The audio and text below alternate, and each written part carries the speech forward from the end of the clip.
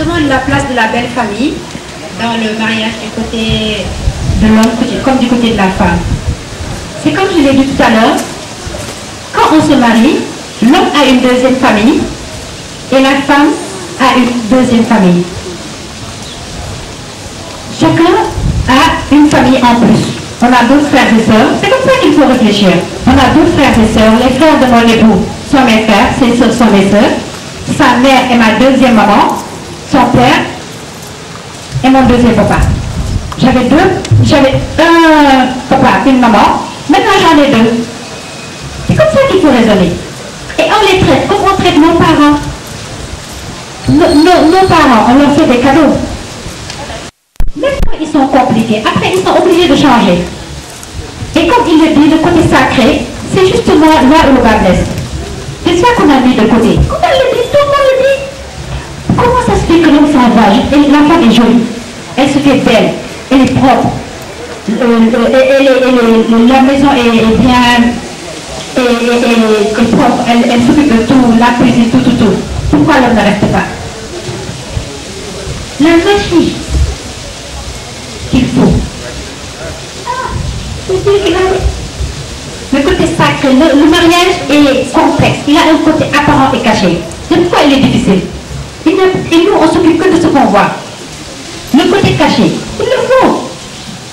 Il le faut, vraiment.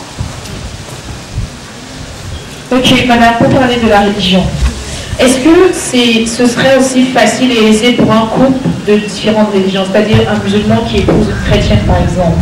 Est-ce que ça s'applique aussi? Est-ce que ce caractère sacré s'appliquera avec autant d'aisance? Tout à fait. Parce que vous savez que tous les livres saints ont une base commune. Tous les livres saints interdisent le mal et ordonnent le convenable. Tous les livres saints. Tu ne voudras pas depuis Moïse. Donc, si toi tu suis une bonne moralité, l'autre suit la moralité, on se retrouve. Les chrétiens sont nos frères. Vraiment, moi je lis la Bible et c'est plein d'enseignements, de conseils que je m'applique. C'est les paroles de Dieu, c'est les livres de Dieu. D'accord, merci madame. Oui, allez-y. Bonsoir madame. Bonsoir à tout le monde. Moi, j'aimerais poser une question concernant le lien des mariages, c'est-à-dire la réception des mariages. Vu tant d'infidélité, tant de déception, tant de regrets, ce qui finalise une séparation. Est-ce que nous qui n'avons pas encore de mari, osons-nous à s'engager dans le mariage? Merci. Si ça te fait peur, ça fait vraiment peur. Ça n'encourage pas. Mais c'est pas parce que tout le monde n'a pas la même destinée. C'est pas parce qu'un tel n'a pas réussi, que beaucoup n'ont pas réussi, que forcément on ne réussira pas. On n'a pas les mêmes destinées. Franchement, voilà. Il faut y croire, il faut croire en soi. Parce que le bonheur, tout se mérite. Tout se mérite. Quand une personne a un travail, il faut voir comment elle se fatigue, surtout quand on a un travail important. Tu te lèves tôt le matin, le patron appelle du cours. Mais pourquoi les pauvres aussi tu ne te fatigues pas comme ça pour la maison? Tout se mérite quand tu veux un bonheur. Il faut tout faire pour mériter ce bonheur de part et d'autre. Tout se mérite. Merci beaucoup. Donc, dernière intervention. Oui. Bonsoir, madame Si. Bonsoir, les membres de l'administration. Bonsoir, ces étudiants. Bon, j'aimerais poser une question à madame Si. Tout à l'heure, vous avez dit que un homme peut marier, un homme a le droit doit marier une femme. Mais Dieu dit, tu peux marier 2, 3 et 4 femmes. Si vraiment tu peux les aimer de la même manière. Et moi, je vous dis que si par exemple un homme qui a marié 4 femmes, moi je vous dis que si vraiment ce mariage doit réussir, c'est du côté des femmes. Bon, je ne sais pas de donner toute la charge aux femmes.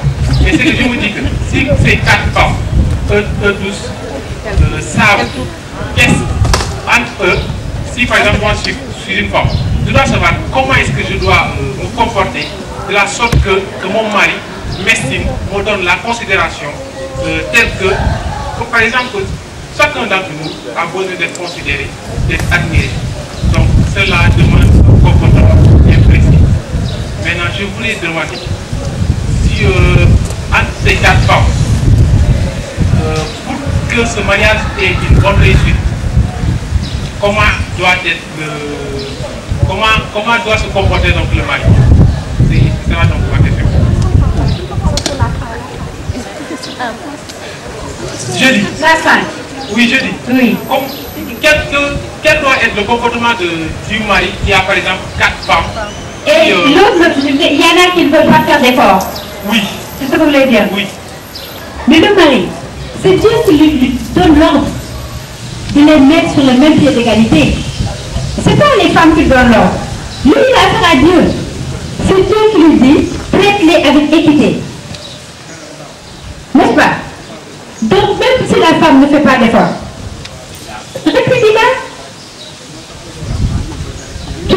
tu l'avertis d'abord, tu l'avertis parce que le mariage est tout sérieux. Tu donnes des avertissements, fais des efforts, tu appelles des témoins, il lui parle. Si elle ne veut pas changer, mais l'homme, il obéit à Dieu. C'est Dieu qui a dit traite-les avec équité. Donc, 10 000, 10 000. Merci à vous tous.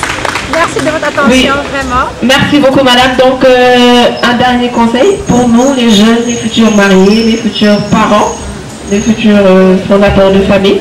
Oui. En tout cas, je vous fais tous des bénédictions, tous ceux qui ont assisté à cette conférence. Que Dieu leur donne de bons époux, de bonnes épouses, de bons enfants, amour, xaalis, santé, tout. Vraiment, waaw yéen mën de yàlla tamit dugal magie bi jël seen xol yi jox leen ko mu réciproque vraiment amiin. Merci beaucoup, charmant public. Merci beaucoup pour votre présence à la conférence. Merci beaucoup, madame. C'est vraiment un plaisir. Vraiment, merci beaucoup pour vos recommandations, vos conseils. Vraiment, ça nous va droit au cœur. À demain, je me presse de m'ouvrir à mon destin. Avec moi, dis à moi, monde, tous ensemble, nous arriverons par l'accès de l'excellence.